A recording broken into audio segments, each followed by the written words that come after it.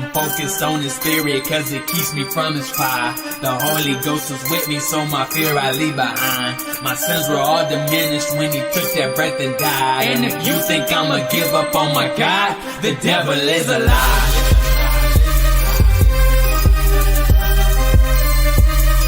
The devil is a lie.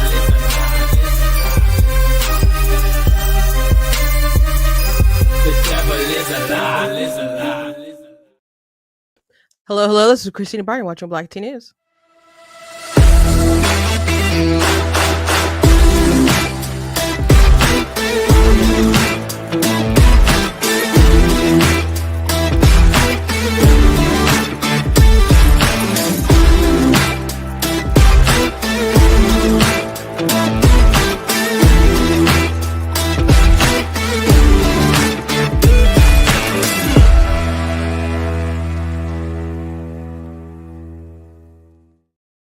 Hello. Welcome to Black Teen News. I'm your host, Christina Barn. Today, we're going to be talking about a post by J.K. Rowling. She goes back and forth with a lot of male feminists for sure, but I mean, people on the transgender ideology pushing back. And so someone said, she called someone a misogynist. And they're like, well, if I'm a misogynist, why are the misogynists, who don't want women to do this and that, whatever, on your side with this issue? Like, why are you pairing up with them? And so she did a nice clap back, and I want to talk about the things that she said and some of the things that these dudes who say that they're so pro-woman that they support, that is obviously very, very self-serving. Also, there was an interesting Joe Rogan podcast that dropped yesterday, and with comedian Dave Smith and Douglas Murray, and they talked a lot about foreign policy, but Murray pushed back on Joe Rogan and some of the people that he has on his podcast sometimes, and as far as how it's slanted and some false things that come out. And I don't know how well it was articulated, the different points about once you have a certain amount of influence, what is your responsibility to the truth, and making sure that you're not just having conversations and putting stuff out there, but you're actually accountable for what you say and what is spread and who you platform. So I want to talk about that a bit, and some other things as well. I have a couple neat things I want to show you guys. But before I jump into it, I want to encourage you guys to go to blackteennews.com, check out different content on my website, articles, videos, etc. If you like what I do, please consider leaving a donation on my website, because it does cost a stream, run the site, all that stuff. So you guys can support it. I very much do appreciate you guys. You guys can also check out different merch that's available on blackteennews.com, like different mugs and so on. So you guys can check out those sorts of things and t-shirts that we have available. So go ahead and see what we have. It's another way to support. I do also encourage you guys to check out some of my books that I have available on the webs. Well, if you go to blackteennews.com, you will be able to find my stuff. If you go to the merchandise page, there's a banner, I'll take you to my book website. But there's a link in the description of watching on Facebook or YouTube that'll take you to Amazon, where you guys can see some of my books, like, of course, God is Blatantly Against Abortion. And I have mostly fiction books, though, because that's what I've been writing for a very long time. A reminder, I'm going to be at Motor City Comic Con in May, and I will be in Artist Alley, and my table is I3, and I will be having my books there. So if you guys want to come and get a nice book signed, I'll be there.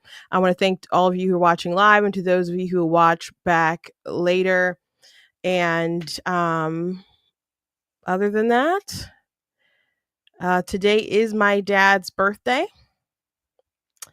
And so shout out to my dad, shout out to him. And I'm very grateful to have been raised by two wonderful people. My mom was very much an MVP, though. She passed away last year. So, just keep them in your prayers.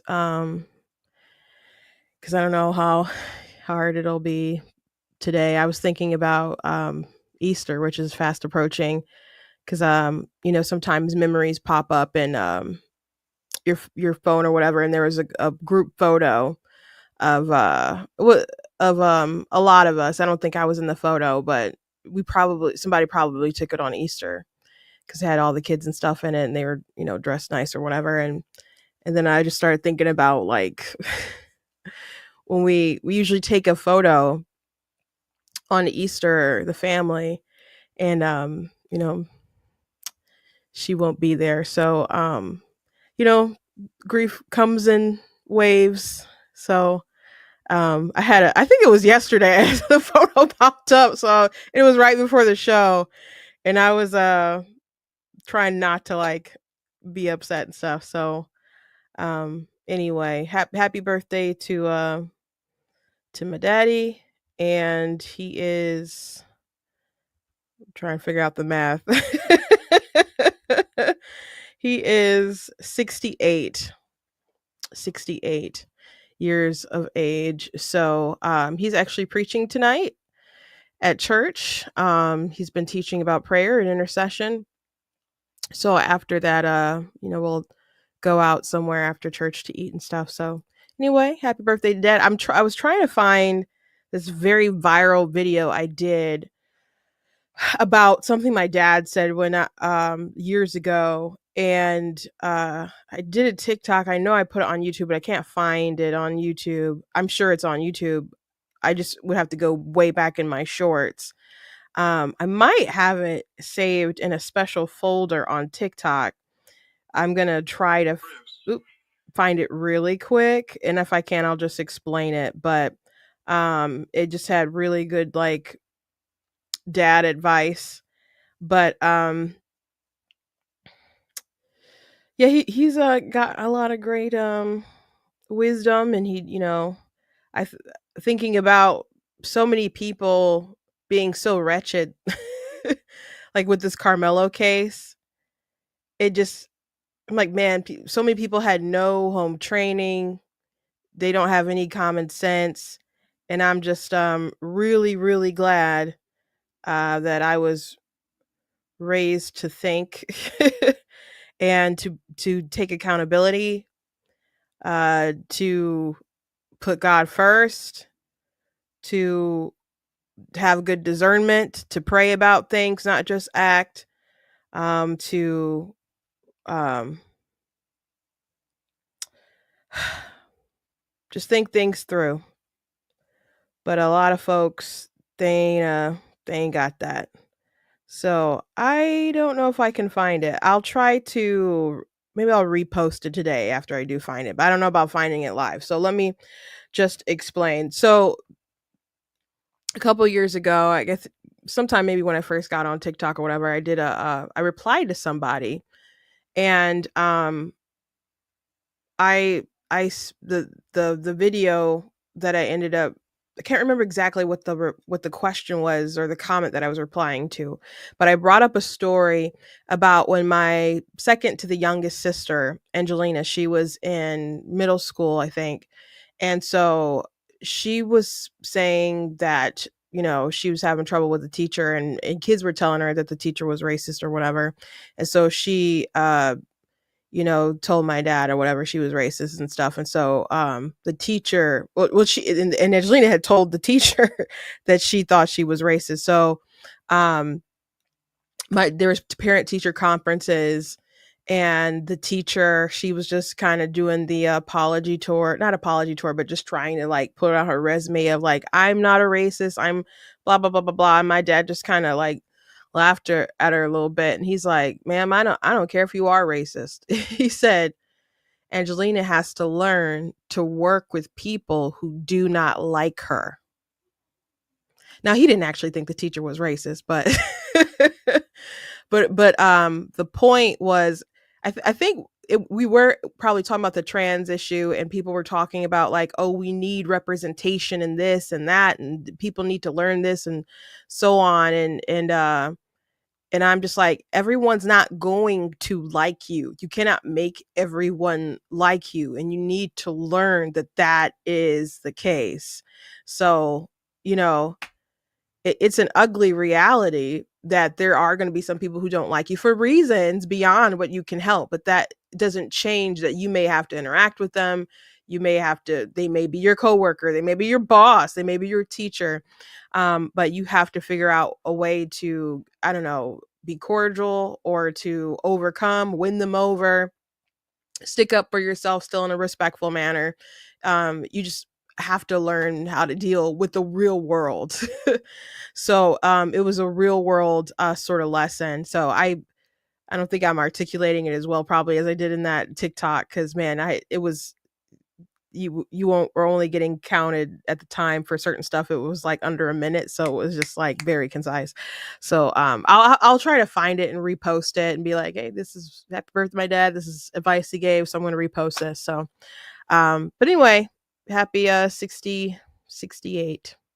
So let's hop to it, since we're talking about good men versus pretend good men. uh J.K. Rowling, as people know, she's been very, very vocal about the trans issue, and she will not let up. She's very, very defensive about women, what is a woman, um, and women's spaces, and she speaks up on behalf of women who have a lot to lose. People are like, I can't love Harry Potter. I saw her, post something the other day, like, I still get my royalties whether you destroy stuff or not. Like, she's so unbothered, and she's just boldly sticking up for women, and I appreciate it, especially because she does have such a large platform, and I appreciate her just sticking up for just common sense.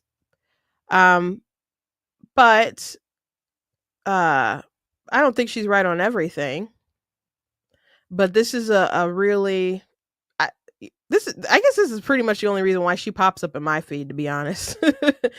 um but a friend of mine had reposted this, so that's why I saw this. I do follow J.K. Rowling though.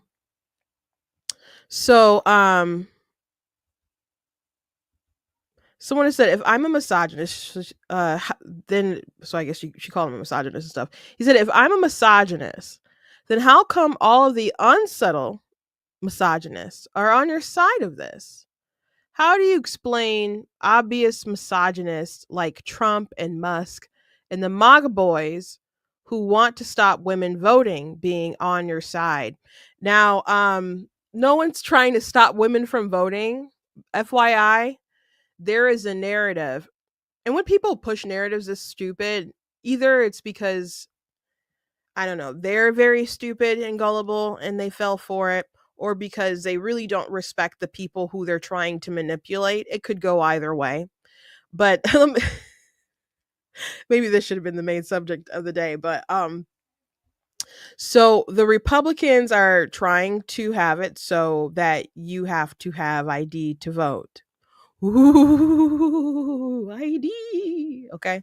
So maybe that's why Sunny Hostin was talking about it the other day.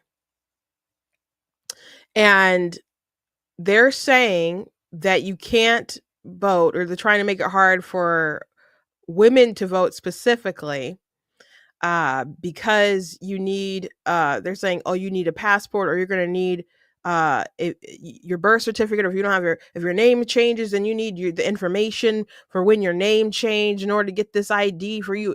They're not even saying to get the ID to be able to vote. They're just saying you need all this stuff to be able to vote.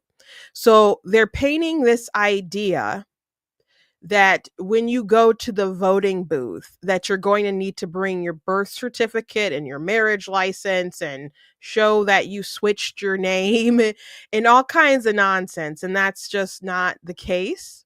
That's not the case. I'm assuming they're trying to stretch that out and make that be what it is, their narrative, because uh nowadays you need real ID. So, if you go on a plane or something, we're about to change everything. That if you want to travel certain kinds of ways, you need something called real ID, not just the basic ID that you had before. It's real ID. So I've had the real ID for a minute now. But to get real ID, you need to have. Well, you can bring your former ID, and you can bring you just need various forms of identification. Like you can bring a date, like a current passport. You could bring your birth certificate, you know, and if you did change your name, you need to bring some kind of documentation that explains why your name is different than what's on your birth certificate. Now, maybe some people don't keep track of their documents well. My mom kept track of all that stuff, and she had a like a safe where she would keep our social security cards and our um in our birth certificates and stuff. And if we needed to see that stuff for some reason, like she would go in her thing, do her combination and show it to us. It wasn't something that she would let us keep, when we were younger, in case we like lost it. She had, I guess she probably still had a copy of like a social security card or whatever. But I remember like her being very like, no, you cannot have this. You're going to lose this. Like eventually, like I got it. But I think um like I remember her being a stickler, like you need to learn these numbers. This is your social security number. You need to know this off the top of your head. And you know, she was just really good about that. And I understand not everybody is good about that, but having your documents in order to be able to prove that you are a citizen, like prove and just prove who you are. It just seems like a normal thing people should be able to do. Like, we only want citizens to vote, yes? Okay, well, the question is, how do we make sure that that is happening? How do we verify that someone is who they say they are? So, if you go get your driver's license and everybody's getting the real ID and stuff now, you know that you need certain forms of identification to be able to do that. So, they really have this narrative going right now. Legitimately, they're pushing that they're trying to keep women from voting, um because they want people to have to be able to prove who they are, and women have to jump through extra hurdles if they change their name. I guess they could always not change their name, but that's another can of worms, I guess, between the wife and the husband. Whether she's going to take his name or not. But I would just recommend making sure that you have your papers in order. And then you have to go like get stuff renewed, and like just have your stuff. And then if something gets destroyed or whatever, you can go get stuff made up. You can go to your county office or whatever, and figure out that documentation. But it to me it's silly, because the Democrats always want to claim that Republicans want to suppress.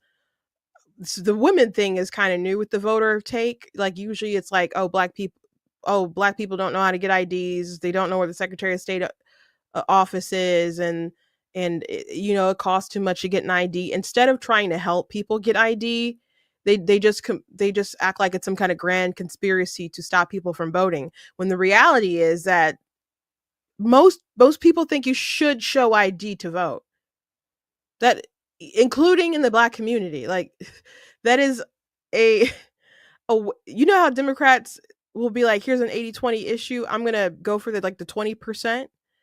That's another thing with this ID stuff. So they have to reframe their argument into the most dumbest manner. I saw a video from Eric Swalwell. I'll try to find it. But anyway, I'm assuming that's the narrative going on, that that MAGA is trying to stop women from voting.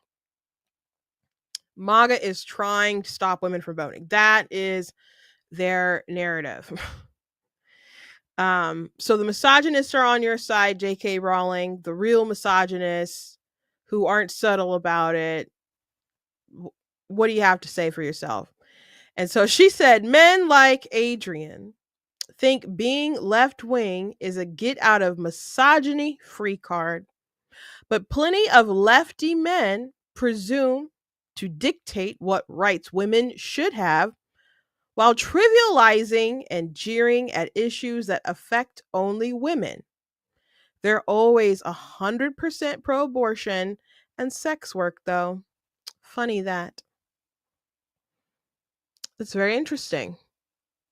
Very, very interesting. I think she makes a good point. Now, people are mad at J.K. Rowling here. And someone was said, in which J.K. Rowling suggests it's a bad thing to be pro abortion, the gender critical cult, anti feminism, all the way down.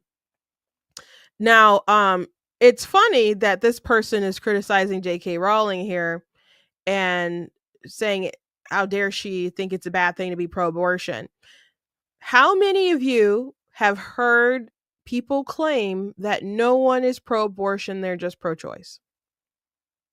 How many people have you heard say that? I'm if you have these conversations at all, I'm assuming you've probably heard a lot of people say that, make that claim. Like on the news and different debates, TikTok lives on the internet, people will make the claim that no one is pro abortion and this person is offended because J.K. Rowling is suggesting that it's bad to be pro abortion. And I don't even think that's the argument. That's not what she's even saying here. If I had to guess, I would assume that I think she's maybe pro choice. But she could have changed her mind. I don't know. I won't she didn't dive deep in the subject, so at least in this post here. She is correct though that a lot of these guys will be like, I'm a lefty, I'm pro women, and they will support things that will that there's could obviously be other motivations for supporting certain stuff. But when it comes to women wanting private spaces, these lefties will be like, no, that's absurd. The trans woman should be able to swim and go next to these women, run next to these women, play volleyball next to these women, play pool next to these women. They should be able to beat them in chess and all kinds of different stuff. If they say they're a woman, if you feel like you're a woman, which trivializes being a woman. They should be able to do all the things. They should be able to go in the locker rooms. They should be able to be naked in your spa area if that's what they want to do. How dare you say that they're not women and make them feel like they're not women? A trans woman is a woman, blah, blah, blah. They'll keep pushing that.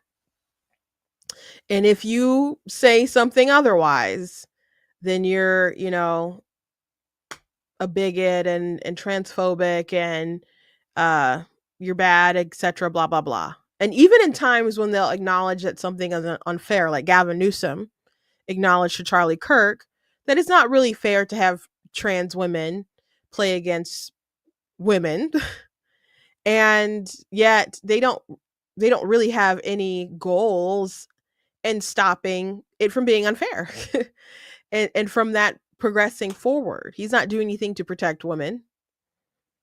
So, you can argue that, Trump has said some pretty sexist things and, likes a woman, if you catch my my drift or whatever, but really likes him, I think. And you can point to some misogynistic things or whatever. I think a lot of things people might want to point to are probably bad examples. Like I'll give you one off the top of my head. People were so offended in 2016. People were so offended because Donald Trump was asked, do you think that women should get paid as much as men? And Trump said, if they do as good a job, only if they do as good a job. And the way that they would tweet that out, like Hillary Clinton would tweet that out, like Donald Trump thinks women should only get paid as much as a man if they do as good of a job as them. Like, yeah, if you do equal work, you should get paid the same. Like, why is that controversial? Maybe you don't like the way that he phrased it, but just think about it. He literally said, yeah, if equal work, You know, if they're doing the job, not even just like equal work, because you can put it equal time and the quality of the work isn't equal, right? But if they're doing as good of a job, like why wouldn't you pay them the same? Are Was he supposed to say that you're supposed to pay them more if they're equal? If they're doing the equal amount of work and the same quality, they should get more? But Hillary Clinton folks would just tweet that stuff out and let it just sit on the internet like, am I supposed to be offended by this thing that he said here? So there's definitely probably instances you point to where it's like, it's kind of suspect, bruh. But a lot of times when they come for Trump, a lot of the things that they dislike are, just legends in their own mind. Like this imaginary fight to stop women from voting here. Using ID. It's just ridiculous. But he went out there and said we're going to protect women's sports. Again, 80-20 issue. Most people know it's unfair. People have daughters, girlfriends, wives. They want them to be able to have their private spaces. They want if their daughter, if they play soccer, to not be like bombarded and by some male on the field. Like those things make sense. So he just went ahead, signed an executive order. They really should pass bills, but he signed an executive order, and people shake their finger like, how dare you, when it's totally sensible what he did. But the left wing folks, they'll just act like you're the worst person in the world if you, I don't know, go with reality and logic and so on.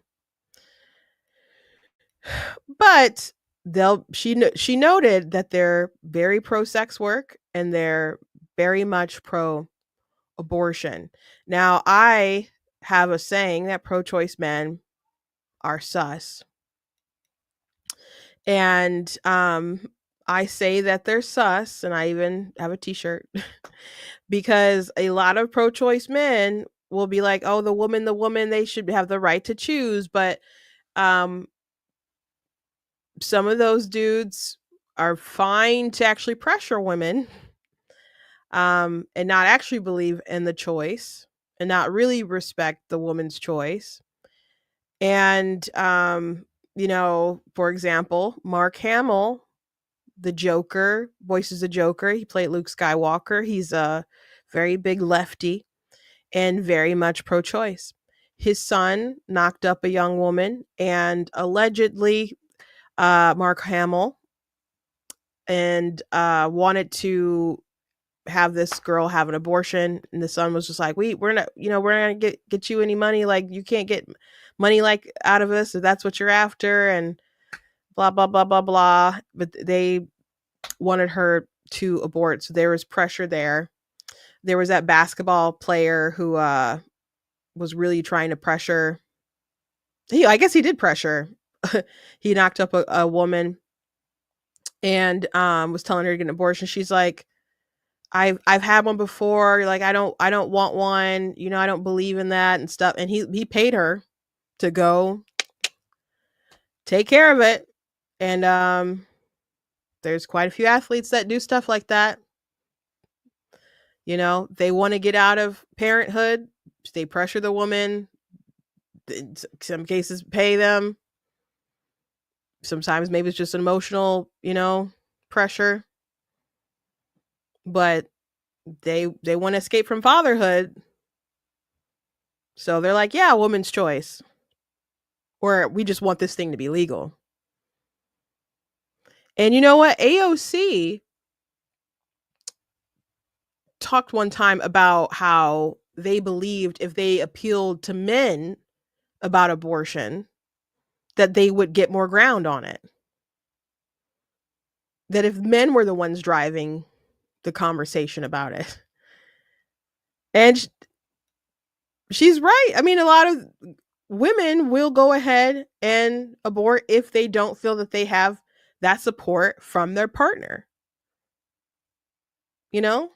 because they might want to keep the relationship intact, or they don't want to be tied to someone who, is going to be a bad dad, or, be have animosity about the situation.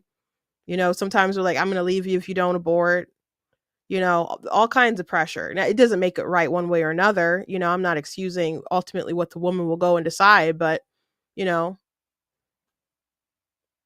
men can really help to drive that issue. There was a CNN legal expert. He had knocked up a woman, wanted her to have an abortion, tried to pressure her. There's just tons of stories about guys who are really, really for abortion, and no surprise, no shocker, they get a woman pregnant, they want her to go have an abortion. So there's just some ulterior motives there for that stuff. And sometimes pro-choice guys, they might not even have like a current situation where they want a woman to get knocked up, but they just want it to be available like that. And they're so into the ideology that if you just bring up some facts, that they'll get upset. Like men have told me, like, you need to stop because you could be discouraging someone from having an abortion. I'm like, I'm not tying somebody down and making them push out a baby. Like, I'm not physically doing some kind of violence to make something happen. I'm trying to convince them not to do something, and just providing knowledge and information and having a debate. You're treating me so terrible. And the guy I'm thinking about specifically said some like horrific stuff to me. You know, and some of these guys have said some violent things to me in my pursuit of trying to get this issue to end. So they're very pro trans women, and they'll be very pro abortion. But what if the actual women say, we don't want the dudes in our prisons, we don't want them in our spas? Then it's like, ugh,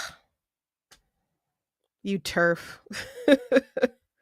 You turf. So I don't believe that you should trust male feminists too much.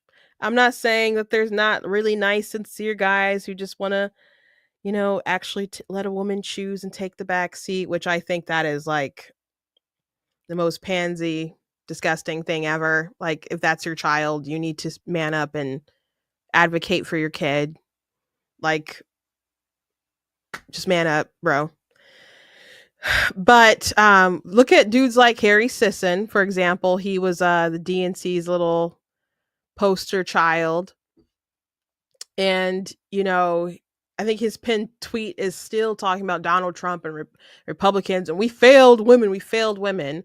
And he got caught like talking to multiple girls, and he tried to say that the right was like trying to cancel him and trying to ruin him, and we're making this a big deal. I'm like, we wouldn't know anything if your girls who were your fans, who slid into your DMs, hadn't outed you as a man whore. And it wasn't just that he was a man whore because he was like, oh, they're mad because I got game. No, he was getting inappropriate stuff, and granted, they sent it to him. But one of the girls he was did casual hookup stuff with, um, she thinks that Harry was trying to get her to send him nudes because he was doing some shady stuff with another guy, who has been accused of reaching out and sending inappropriate messages to male minors. That she believed that Harry wanted her to send some things in compromising positions to delegitimize her and blackmail her. And I haven't seen him address those allegations. He's just trying to like pretend like those don't exist, and people are just mad about him having game. But a lot of the girls were upset because he said that he didn't have a roster of women, and were acting like he wasn't, chit chatting a bunch of different girls. And like, I would have never sent him that photo if there was all these other girls. they did dumb stuff. He definitely did dumb stuff. But my point is, th- a lot of these guys talking big don't really, really respect women as much as they pretend. Now, one thing that is interesting about J.K. Rowling, though, this conversation reminds me, though, of Michael Knowles. No, I'm sorry, not Michael Knowles, Matt Walsh, who's been very, very, anti-transgender agenda for a long time, and so they were going back and forth once, and he did put it out there. He's like, "Why do you think it is that you are aligned on most things with so many left-wing people? Like, what is it about the ideologies that you push or believed in that could have possibly led to this position where now it's a bridge too far for you, but it kind of got us here to this point." So this idea of like a woman is just something, a role that is created that you have to fulfill, and once you make it something that's a role that's pushed on by society, and that it is a social construct, then you have people who think that they can fit into the mold of being a woman because they believe that it is a social construct, a role that you can just fit in, instead of being something else that has a lot of things that are just really tied to our biology. There's different societal things, and decisions that we've made as a society that women just kind of fit into because of our nature and our ontology and other stuff like that. So there was an interesting back and forth between Matt and J.K. Rowling. I wonder how left wing she really is now, because and I wonder how much her evolution was, like how left wing was she always. I remember when the last Harry Potter book came out. Oh, maybe it was like when the last movie was coming out. I saw a bit of a documentary about her and her finishing up the last Harry Potter book, and someone asked a question about Dumbledore, and she's like, "Dumbledore's gay." I'm like, "What? Dumbledore's gay?" She's like, "Yeah, he's gay." And I'm like, was he always gay, or were you just like fed up with the Christian evangelicals for banning or avoiding your work for all these years, and you're just gonna stick it to him? I don't know if that's the case, but it seems so weird. Um, and now just Dumbledore's gay. And so many of these people on the left like loved her stuff, adored her stuff, and now they just hate her guts because she says a woman is a woman and a man can't be one. It's really, really bizarre. Now I don't hear a lot of dudes, I guess, talk about defending sex work, but I'm sure they're out there. I mean, I'm sure they're out there. I don't see that as like normal discourse from on the internet or on Twitter and other places. Um, Usually when I see people advocate for sex work, I have like seen men do it, but just not to the degree of like men being like pro choice and pro abortion. Usually it's like it's women who are doing that, saying that, pushing that. But you might want to ask, why would guys be eager to be like, "Oh yeah, I'm pro sex work"? Is it because you might want to sleep with somebody? Like, you know, the women liberation and the feminist movements and stuff, not, especially get to like second wave and third wave and so on. And this idea that women can be like men, and instead of men trying to hold men accountable and just encourage them to be better men as far as how they engage sexually, a lot of women wanted to act like dudes, and then just free love, free sex everywhere. And it hasn't benefited our society. It hasn't been good for men, and it definitely hasn't been good for women. I recommended this piece. I read it before to you guys in its entirety, but Bridget Fetisi, I don't know if that's how you say her last name, but she used to write for Playboy. But she has a piece called Why I Regret Being a Slut, and it's just really good, and it talks about how her she had a man eater persona,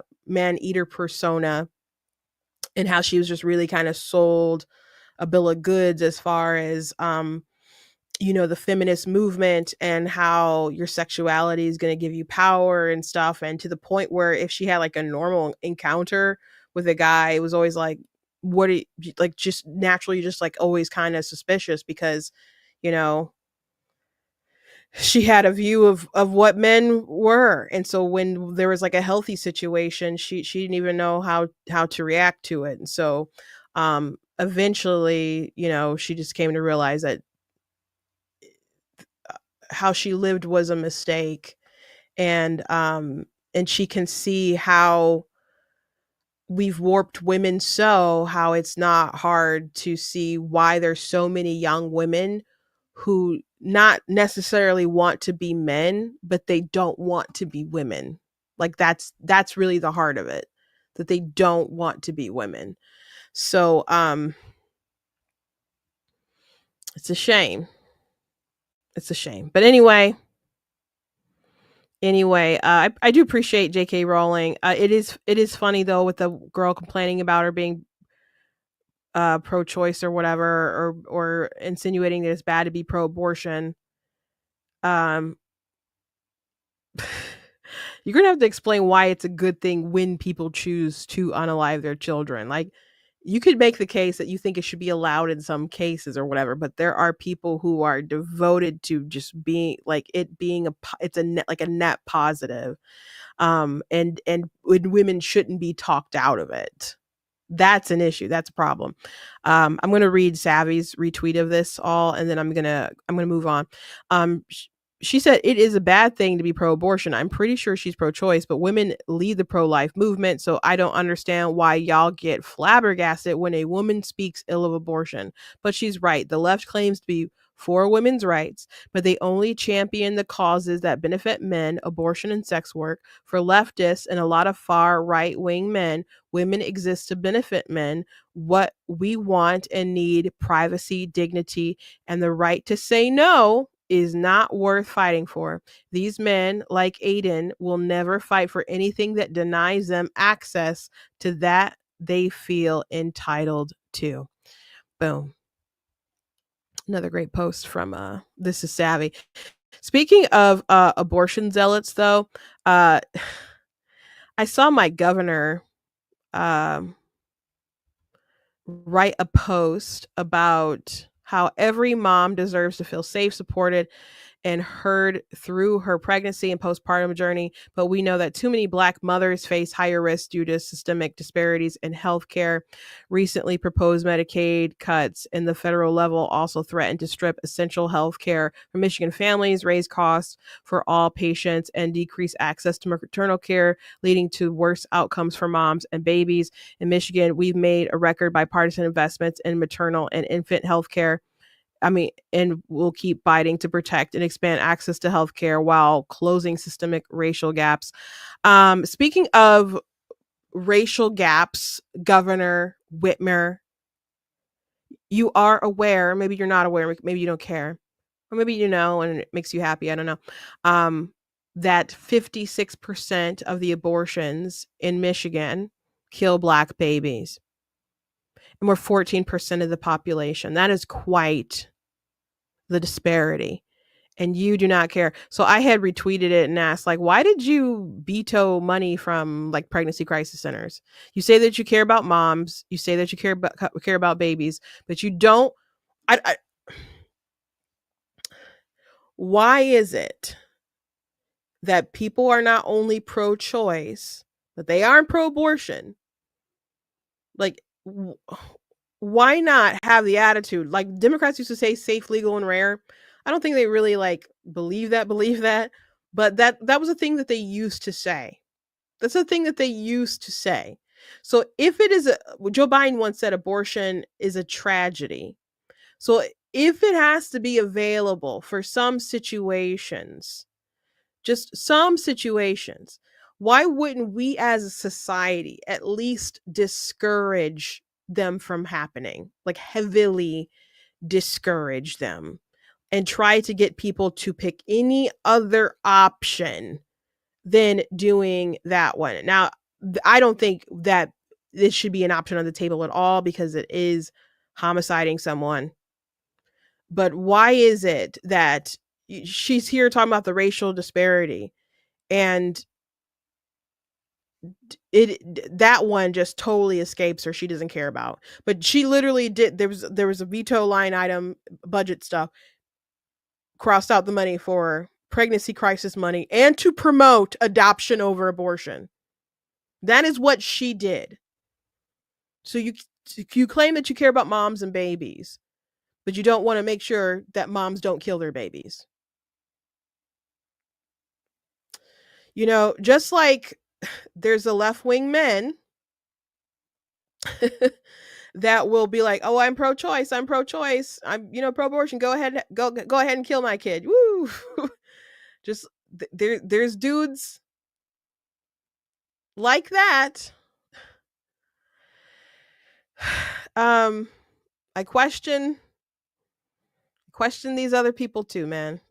I question these other people too. Like I know that's like they get money, donors, she's out there with her pink like Planned Parenthood hat and all that stuff.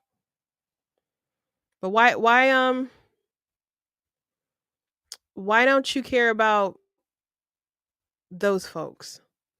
And during COVID, they're like, "Oh, there's more black people dying. It's disproportionate. We're gonna say it's an emergency. We're gonna say it's an emergency." I'm like, look at these numbers. Why don't you want them to live? Why aren't you trying harder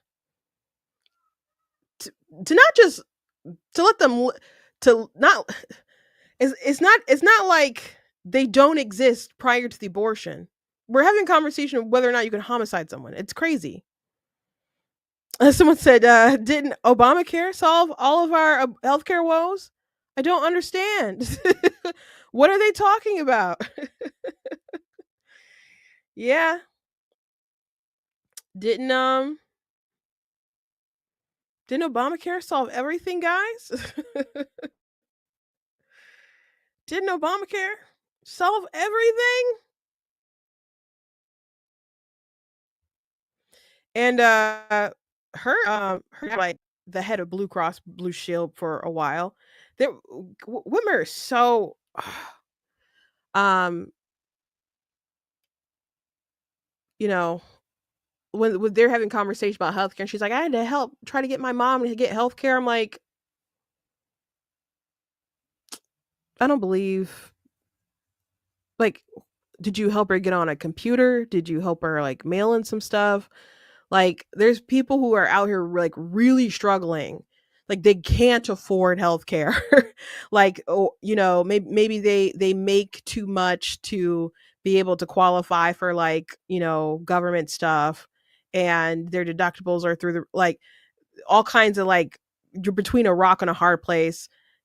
Americans or Michiganders, and you're out here like, "Oh, I had to help my mom." Like, we know your history. Like, what are you talking about? Your mom didn't have like a killer divorce settlement or something? Like, really?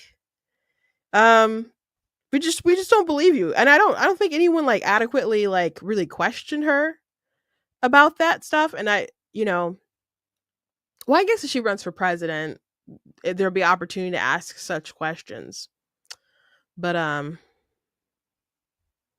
don't think anybody like really tried to hold her feet to the fire about some of the rhetoric that she said. By the way, something that's really interesting going on right now in Michigan. Michigan politics are, I mean, everybody's about to have their midterms or whatever, but um, something that's really interesting is that Gilchrist is the lieutenant governor. So there's a black guy right now who's our lieutenant governor, and he's running for governor. He's running. And Whitmer says that she's not endorsing anyone for governor. And the person who's been running, Duggan is running, mayor of Detroit. He's running as an independent. Detroit is a like Wayne County, like that's a big thing you have to get. He could probably do very well, but the issue though, and he could get crossover probably from Republicans and stuff too. It really depends upon like who we pick. But Democrats are trained not to mix their ticket. They're trained to just hit straight party ticket. So he has, even if he, is a big name, big face, has, a lot of support, obviously from a big chunk of voters already in Michigan, there's still some education there, convincing, and then attitudes of people will feel like, why are you running as an independent? Like, why aren't you running as a Democrat? And I'm assuming he's running as a Democrat because there's a lot of toxic things, especially like right after the election, that were tied to the Democrats, and he didn't want to have to answer for a lot of that madness. So he's trying to present himself as like being a middle of the road kind of guy. But the person who's like really really running right for in the Democrat side, who have like all the backing, is Jocelyn Benson. Jocelyn Benson is our Secretary of State. And she's got big money behind her. She's been on the top of the ticket, won that twice. And there's a lot of Detroit Democrats who are really upset. And probably not just Detroit Democrats, but black Democrats in Michigan who are upset, saying stuff like they are so determined to push these white women on us. They're so determined. So Gilchrist is running, but it's clear, like, you're barely hearing people out. Jocelyn is the person who, like, the people in the know, in power, whatever, are pushing. And Whitmer has declared she's not getting in the middle of it. And I think that's kind of messed up, though, because I think you could have permission to support your lieutenant governor to be governor, because they have been the lieutenant governor. So why did you choose him? And they probably chose him because they had all these white women on their ticket. And people were mad about that too in the midterms. They're like, so he's like their token black dude to, be like, it's not just all white women. Here's our black guy here. So now she's not supporting him, and she's not going to endorse, apparently. But Republicans are going to have a long list of people who's going to jump in there. And John James jumped in. And I don't know if John James is going to get the Trump nod or whatever, but John James ran for Senate twice, didn't win Senate. He ran for Congress, and he's a 2-term congressman. So I'm not surprised that John is running for governor. I've heard that. Actually, I did talk to him briefly about that when I went to the White House in February. I saw him and we talked a little bit about that. And he did give the indication. I told you guys that, I think, too, that he did give the indication that he was going to probably run. And that's what I was hearing. So he'd probably like to be closer to home too. He's got young kids, and yeah. So I'm not surprised he's running for governor. But so we could have 2 black guys running against each other. That's a scenario that could happen. Um but I don't know. I think out of us versus the Democrats, I think it's likelier that we would have a black guy at the top of our ticket rather than them. I think it's more likely that that's going to be on our side of things. So if that happens, I'm just curious, are Democrats going to be able to, if they're really, really, really, really mad about them pushing this white woman, are they going to hold their nose and vote for John James? I don't know. They might go Duggan. But that's the drama. That's the tea going on in Michigan. So there's some interesting, some tea there going on in the state. So I want to show you guys 2 things, 2 videos, and then I want to close out talking about this Dave Smith debate. I won't talk long about it.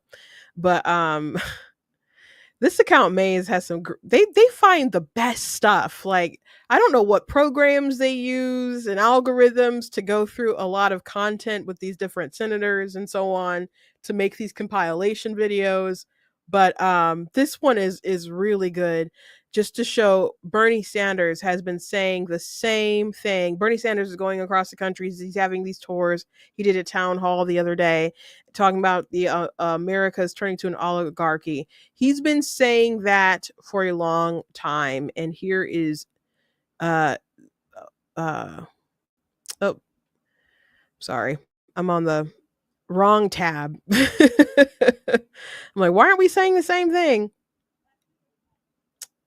Here we go. This great country of ours is moving very rapidly in the direction of oligarchy. The United States of America today is increasingly becoming an oligarchy. More and more moving toward an oligarchy. We are moving in the direction of oligarchy. We will move even more rapidly in the direction of an oligarchy. This great country is evolving into an oligarchic society. It is called oligarchy, and that is the system we are rapidly moving toward. This is a budget that moves our country rapidly into the direction of oligarchy. A handful of billionaires are moving this entire planet toward an oligarchic society. Start off with the bad news, which is pretty bad, and that is that under Donald Trump, this country is hurtling rapidly toward oligarchy. You know, when I'm just feeling older watching this stuff because I'm like looking at the first one. I'm like 1993. I was 4, maybe at some point. I was 4, and then you get to 94. And they keep going, and then it gets to like 2007. It's like, wait a second, I was old enough to pay attention to politics here, and then things start looking very familiar, and you're just like year after year. I'm like, how old are you? Oh, you're not a spring chicken. Neither. Well, Bernie's certainly not a spring chicken, but I guess I'm not either. And I wanted to show you guys this TikTok. Someone compiled like their best political stuff, and just like random out of context political stuff. And some of these things, I think most of these things, I remember them happening, but it's just really, really, really funny. Give me 1 second. I have to same sheet.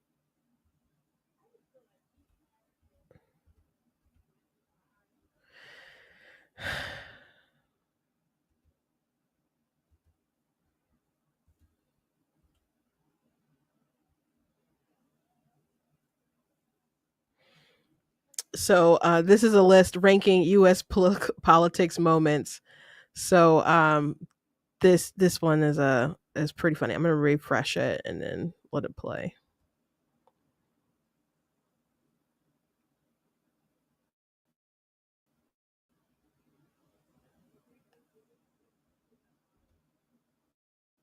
Gotta have them ribs.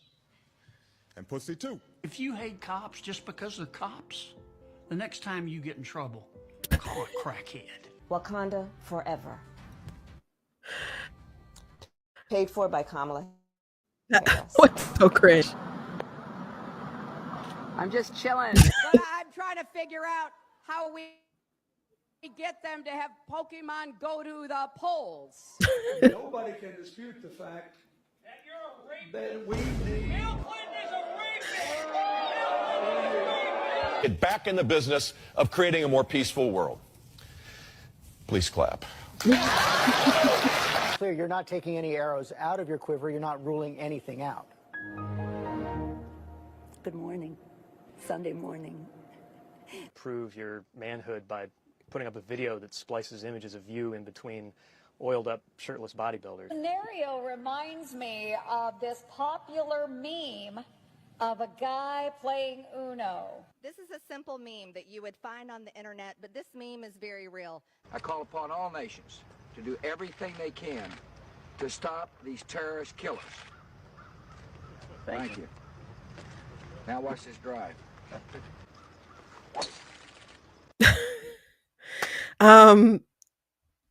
Some of those I recall when they were happening. Pokemon Go to the polls. That was obviously 2016. I was working at the Michigan Republican Party at the time, and that was when Pokemon Go came out, and it was just so explosive. Like I was at work, and they were like, "Hey, we could use some of this stuff and post on social media." And I'm like, "Are you giving me permission to leave the office and go play Pokemon and take pictures?" And they're like, "Yeah." I'm like, "See ya." Like, but it was just everywhere. Pokemon Go to the polls. I don't remember the Cedar Rapids thing. Chilling at the Cedar Rapids. The Call a Craghead thing, hilarious. There were some good ones in there for sure. But I was the Bill Clinton is a rapist thing. That was I think InfoWars was giving out money, like if you were on TV saying that. And so there are people going all over the place trying to, out Bill Clinton that way. But one time, I think it was Fox and Friends in the morning, someone like was, got in front of like the camera outside, and they're like, Bill Clinton is a rapist. And they start like taking off a shirt. And I think it actually said that. And Tucker Carlson was there, and he just like busted out laughing, like, what the heck is like going on? But, InfoWars, yeah, they weaponize the population for sure. So, oh my gosh, new thing popped up. Elisa Slotkin is went on Fox to try to push this. Women are, it's hard for them to get their stuff changed. Let's watch this. Elisa Slotkin is unfortunately from my state. She just got into the Senate.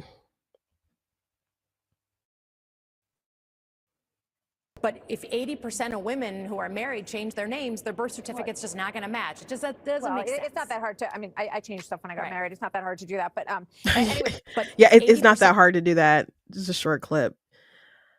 They're really going with that. Who makes their talking points? Like, it's so dumb. There's so much going on in the world right now. So many opportunities where they could try to get a W, and this is the stuff that they're going with.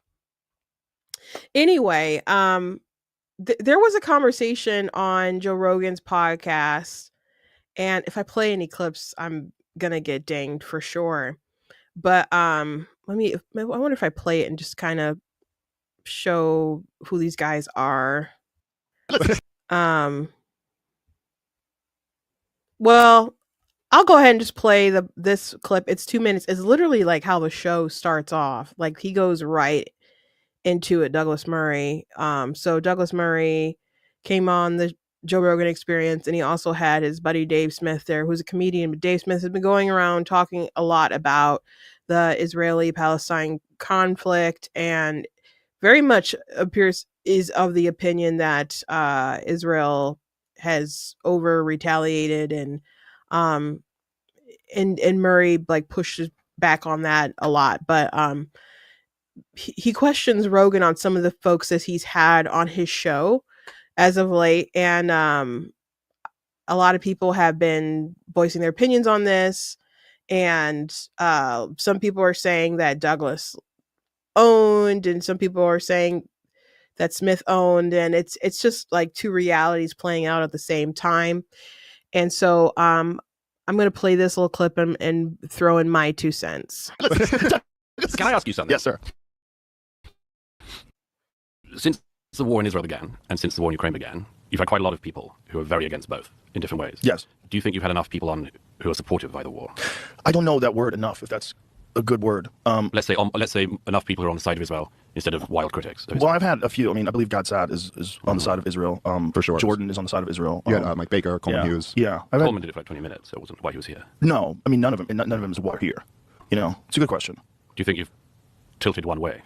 Me personally? No, just with the guests you've had. The guests, yeah, probably more tilted towards the idea that perhaps the way they've done it is barbaric. Mm-hmm. But why do you think that is? Just out of interest. I'm just interested in your selection of guests because you're like the world's number one podcast. Yeah, it's not. I don't think about it that way.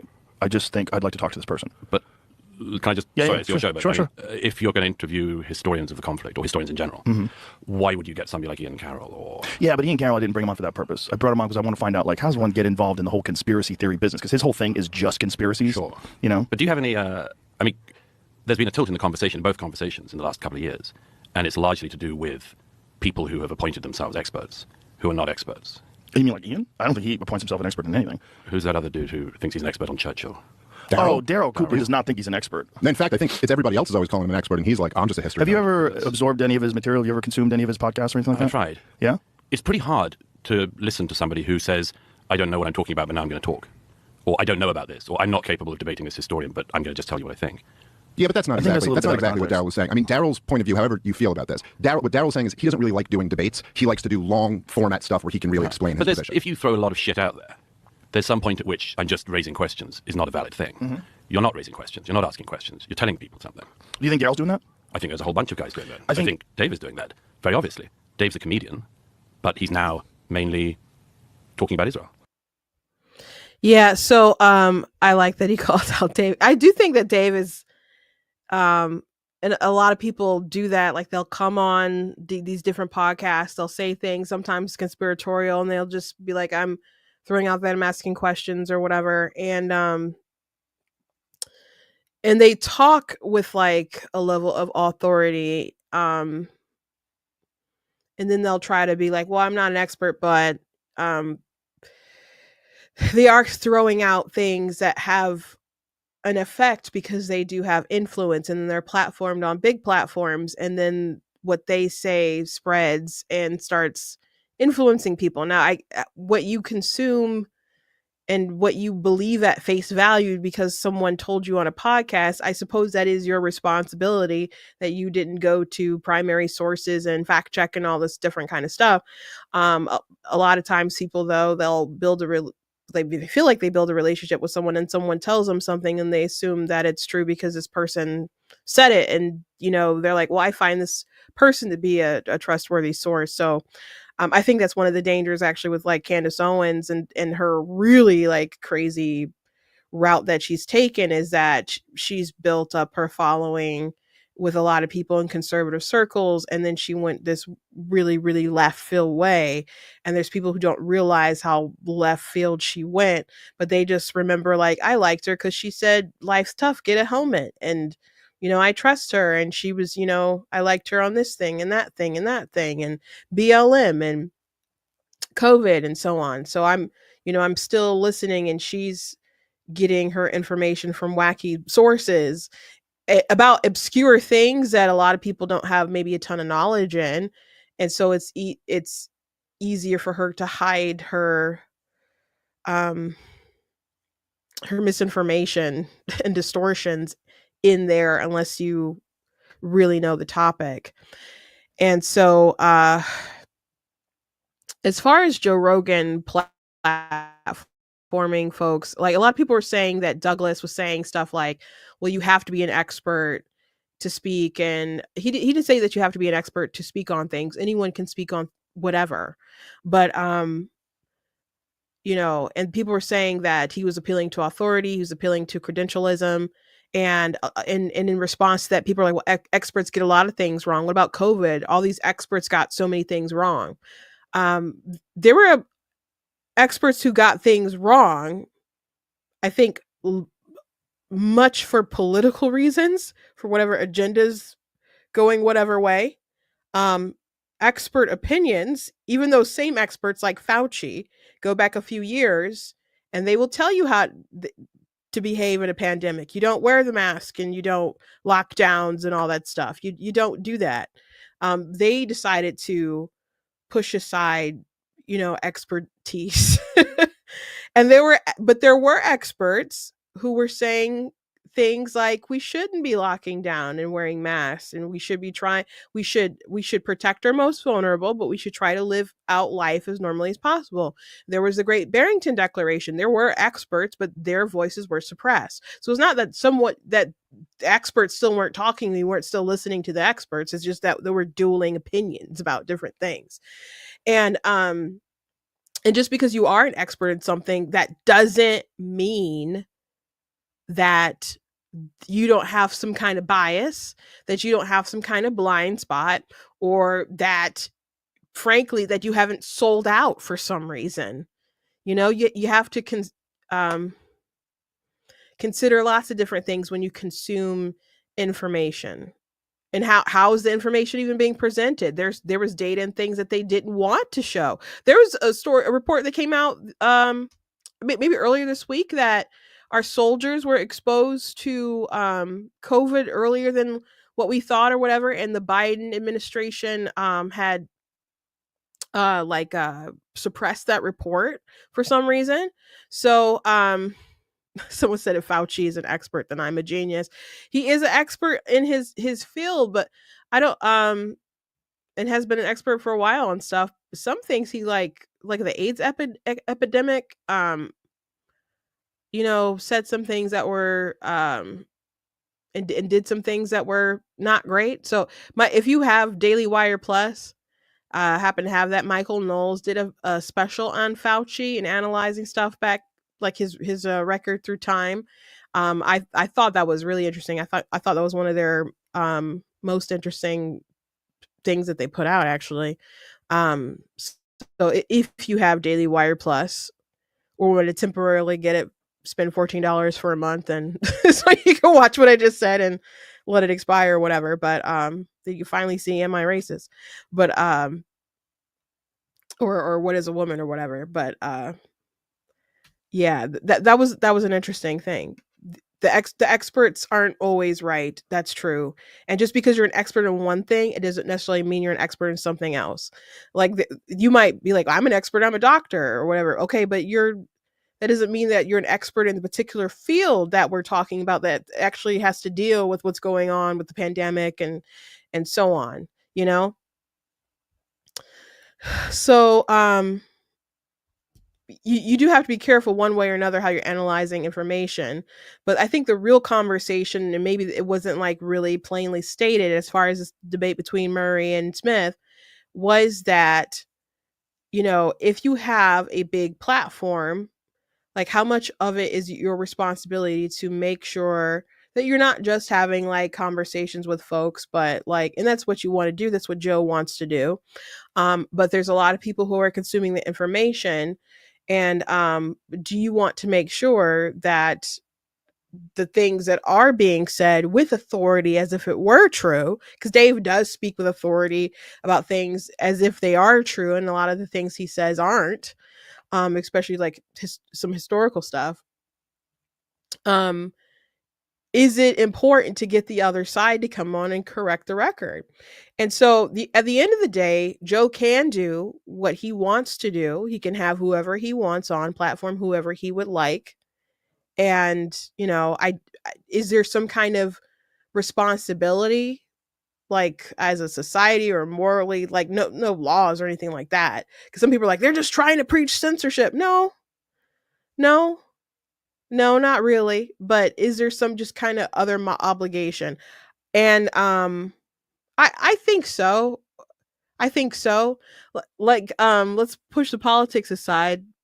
Billy Carson went on Joe Rogan's show and said a bunch of crazy stuff about, Egypt and aliens and so on. I mostly just know Billy Carson and the stuff that he would say about the Bible and Christianity, and he was pushing a lot of conspiratorial stuff that wasn't true. And I saw a lot of people react to it and respond and debunk stuff, but the play that Billy Carson got on Joe Rogan isn't the same as the play that Inspiring Philosophy might get on TikTok, though that's a pretty big Christian apologist channel. So, Joe Rogan probably was like, oh, he's saying some wild, interesting stuff. I want to talk to this guy. It seems like an interesting conversation. And that's Joe's motivation. He just wants to talk, whatever. But the certain things that he is saying is going around and is leading people astray from their faith, from their beliefs, and so on. Now, you could easily do some digging and debunk Billy Carson, but there were people being led astray by that. So I'm grateful for different accounts that were correcting the record, because he went on Joe Rogan, he went on Flagrant, and he went on PDB's podcast too, and saying a bunch of crazy stuff.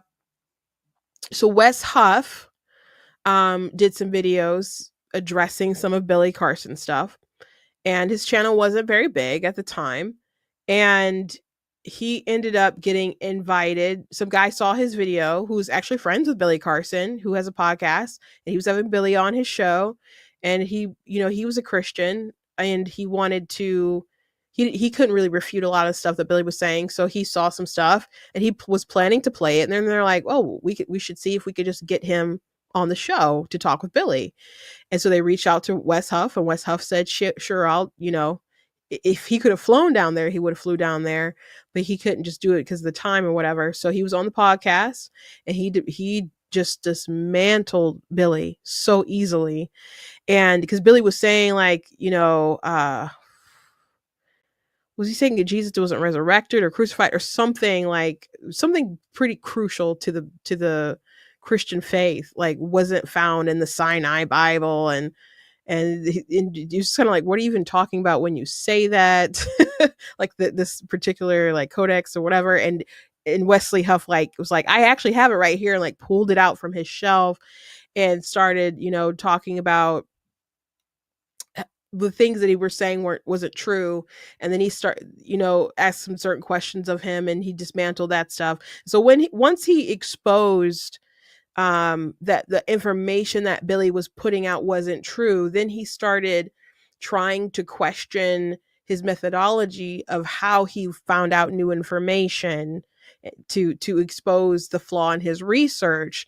Because I don't think like Wes, because Carson tried to like go toward like the Egypt stuff and things like that, and I don't know if Wes knew as much information on that kind of stuff. But once he exposed his faulty research in the Christian content, then it's like, okay, well, if that stuff is so wrong, then how do you come to these conclusions with this other stuff?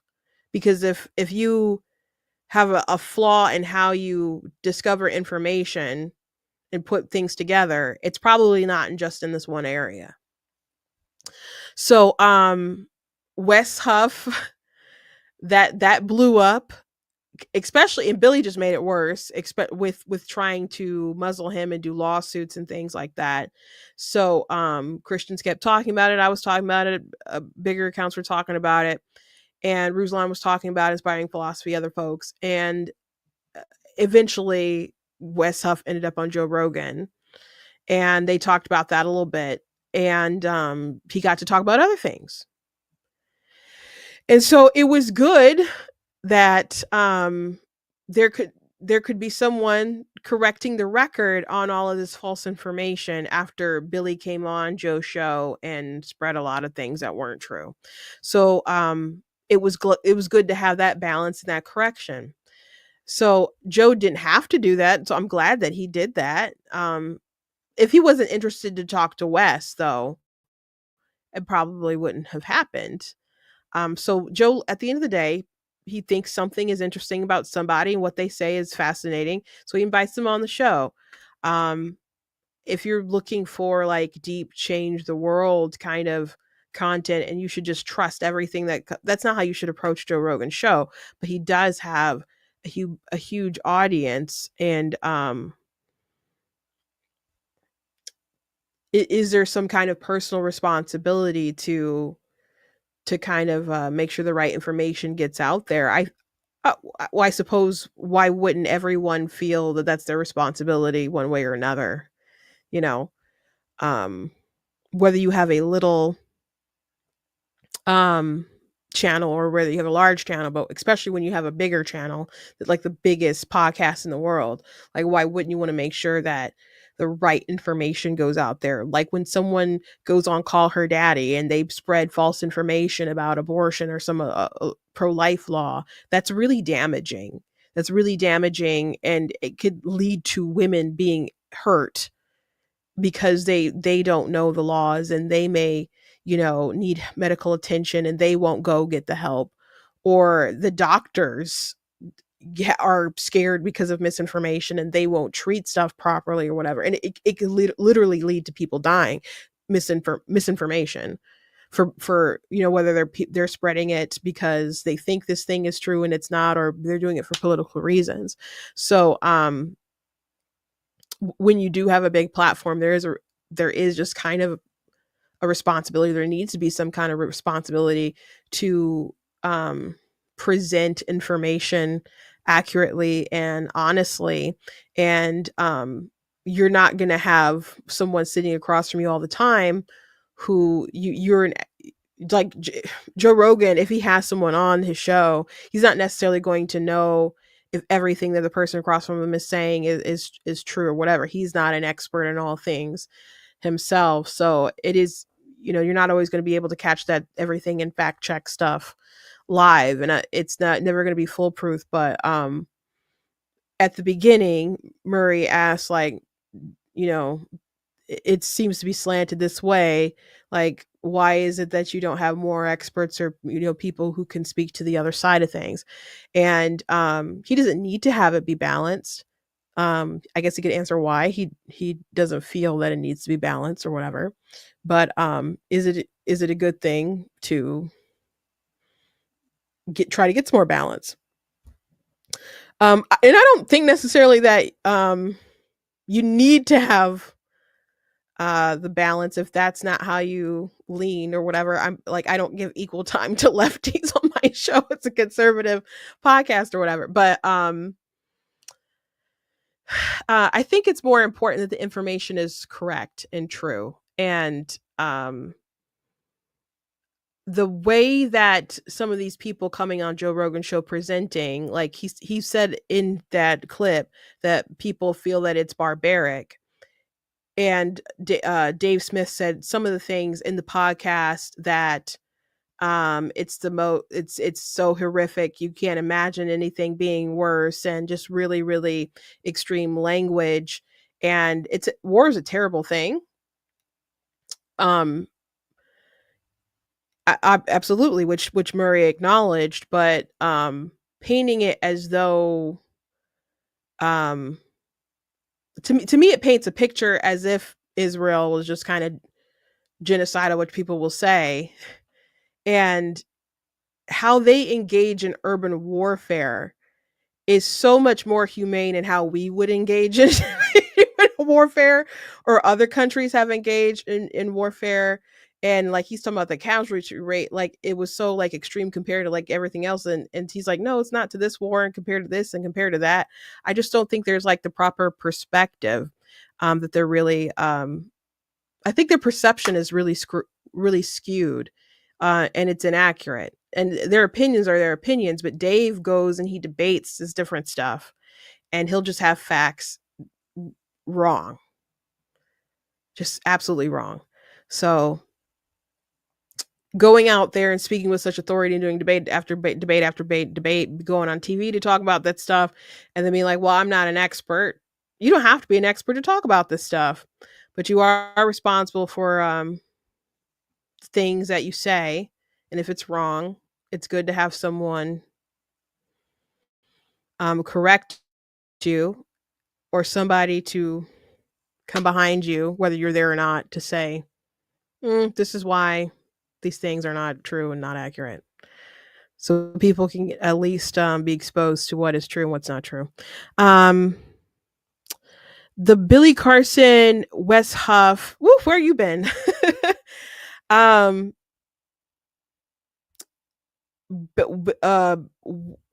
Billy Carson is a conspiracy, ancient Egypt kind of like weird stuff. He believes there's these emerald tablets, and he believes these conspiracies about the Bible, and just he'll say a lot of things that just aren't true.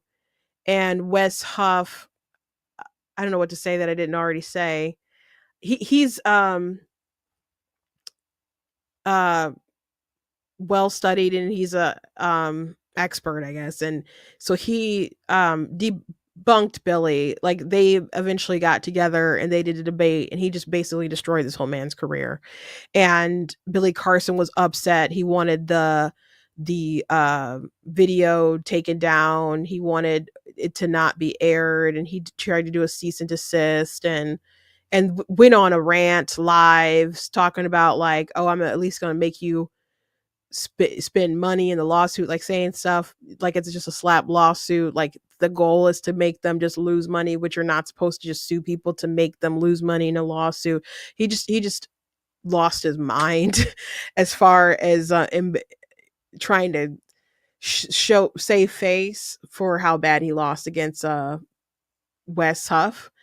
And Wes Huff, he like broke him down in the most gentle way. I would recommend, there's highlights of the Billy Carson Wes Huff debate. Watching the whole debate is kind of it's hard to do, I think, because the moderator, who's Billy's friend, interrupted a lot, and he was kind of annoying, to in my opinion, just to be frank. But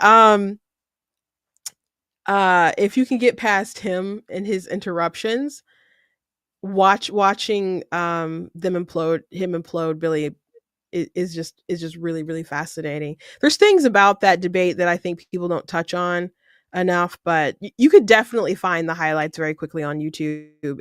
But that was like big news, maybe like what December. It was late last year.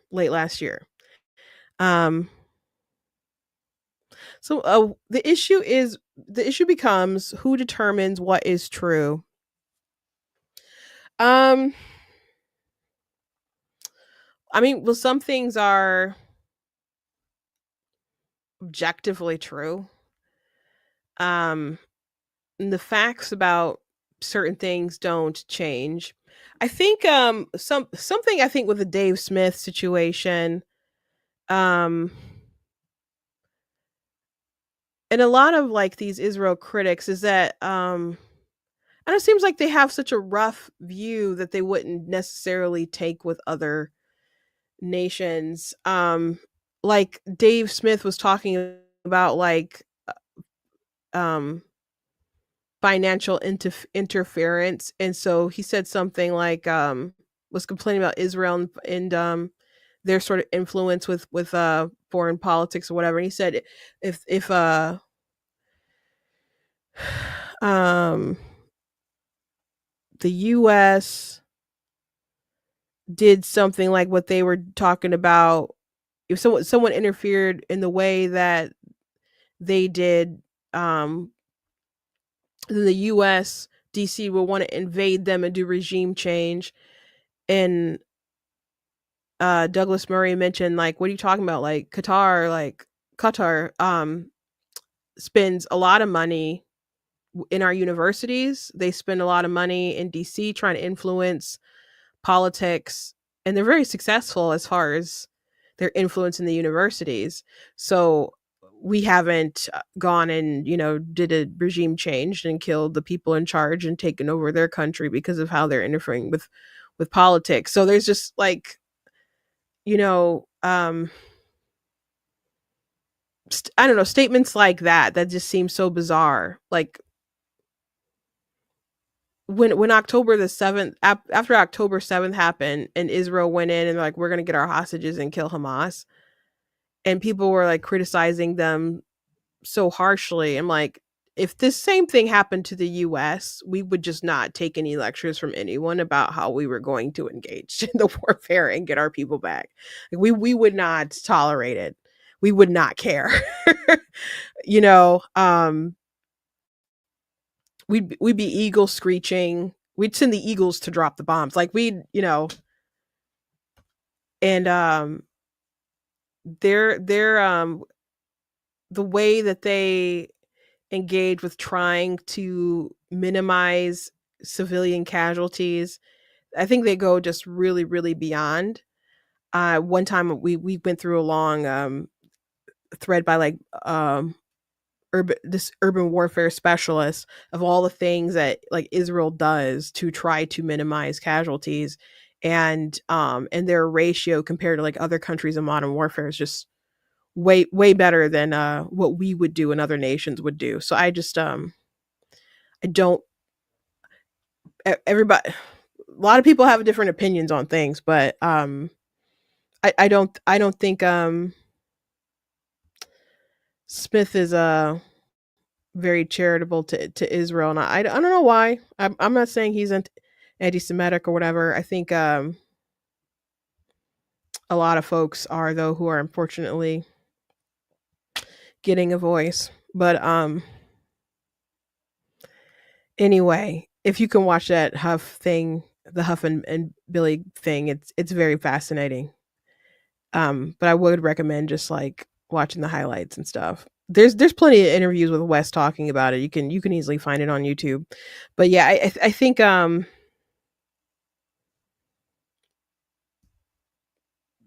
it's a good thing for Joe to, be a bit more responsible with the folks who are on his show.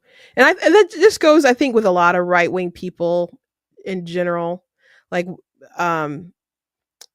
Bi- um Benny Johnson had on Andrew Tate like some months ago, and people were really, really mad. And then people who were pushing back, like, "Oh, you guys just want to censor us," or Benny's like, "Oh, you guys are pro censorship." Like, no, it's we're not trying to deplatform you.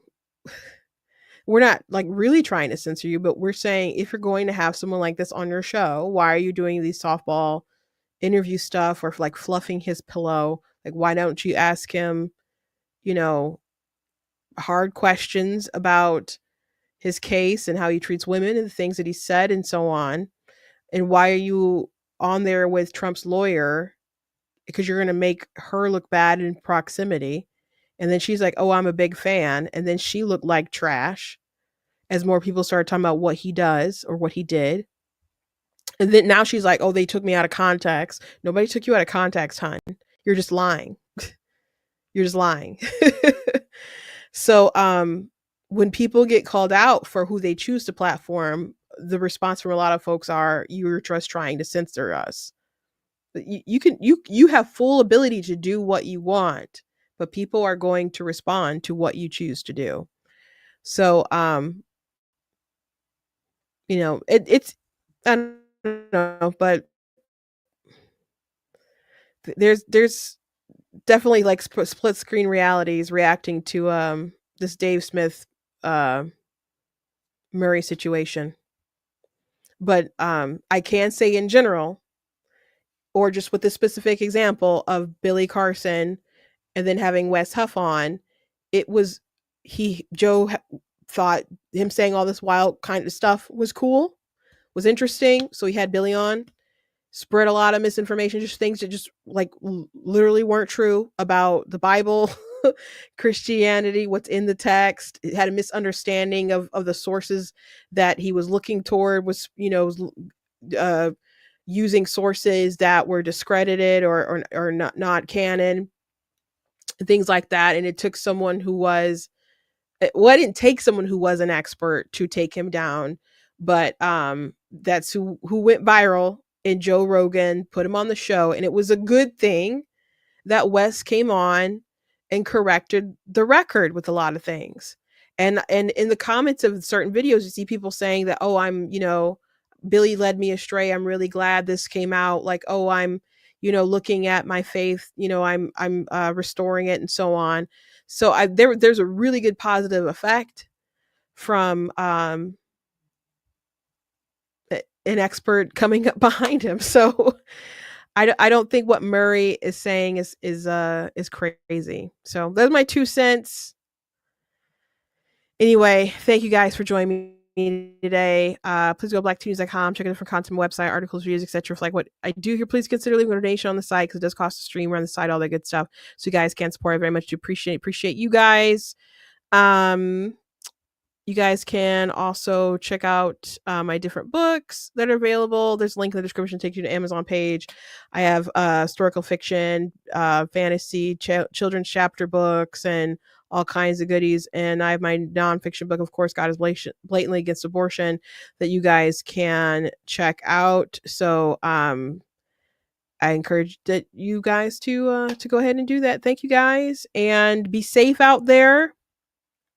Keep us all in your prayers, and I'll pray for your safety and well-being and so on, and don't do anything too crazy this weekend.